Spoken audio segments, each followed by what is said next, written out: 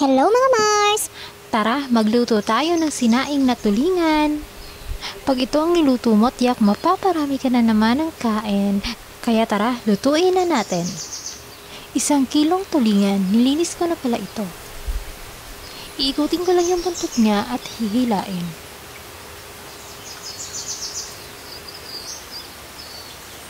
At hiniwaan ko rin siya ng bahagya para pumasok ang alat ng asin.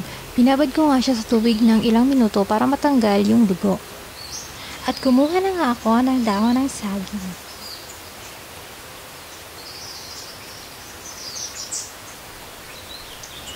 Ginamit ko nga ang tangkay ng dahon ng saging at nilagyan ko rin ng dahon ng saging para maging sapin para maiwasan na manikit at masunog ang sinaing na tulingan. At sinimulan ko na nga maglagay ng kaninang baboy. Ang ginamit ko dito ay liempo.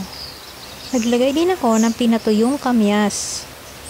Nilagyan ko na ng asin ang isdang tulingan para magkaroon ng lasa.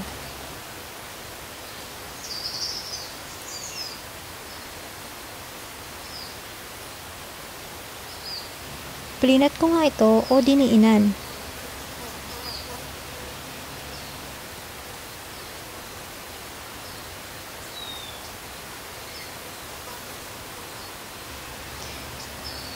At binalutan ko nga siya ng dahon ng saging para maiwasang madurog ang ulo at matanggal.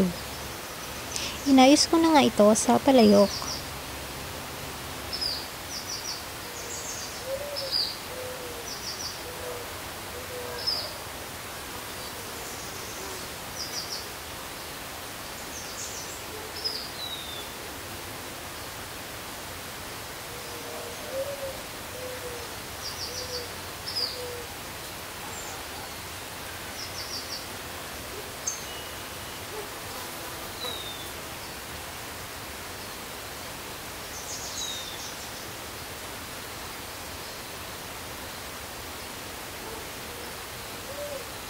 Nilagyan ko siya ng kalahating cup ng suka. At nilagyan ko rin siya ng maraming tubig. At sinalang ko na sa apoy. Lulutuin ko siya ng mga 5 oras. Ito na siya pagkalipas ng 20 minuto at hihinaan ko ng bahagya ang apoy.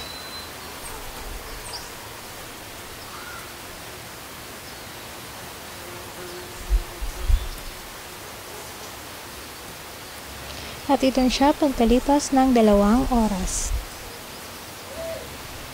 At nilagyan ko ulit siya ng tubig para maging malambot na malambot ang tulingan. At pinakulan ko siya ulit ng 3 oras. At ito na siya pagkalipas ng 5 oras.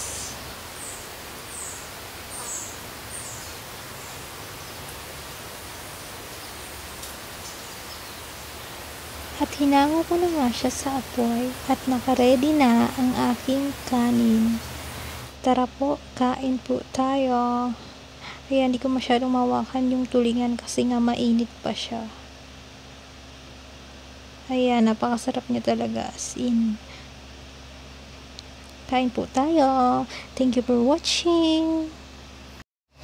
At ayan, ubos na yung energy sa pagbo-voice over. Ayan, thank you so much. Thank you for watching. Follow for more.